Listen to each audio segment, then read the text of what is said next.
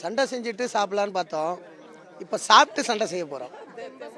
ஆமாம், இல்லை கம்மியாக தான் சாப்பிட்றோம். ஏன்னா தூக்கம் வந்துடும்ல, அதனால் கம்மியாக சாப்பிட்றோம். எங்களுக்கு இட்லி, பொங்கல், வடை, அதுக்கு சாம்பார் சட்னி எல்லாம் தரும். லஞ்சுக்கு வந்து சிக்கன் இருக்குது, சிக்கன் வறுவல், அப்புறம் சிக்கன் பிரியாணி, மட்டன் வறுவல் எல்லாமே இருக்குது. ஆமாம், நாங்கள் இன்றைக்கி ஃபுல்லாக அங்கே தான் இருப்போம்.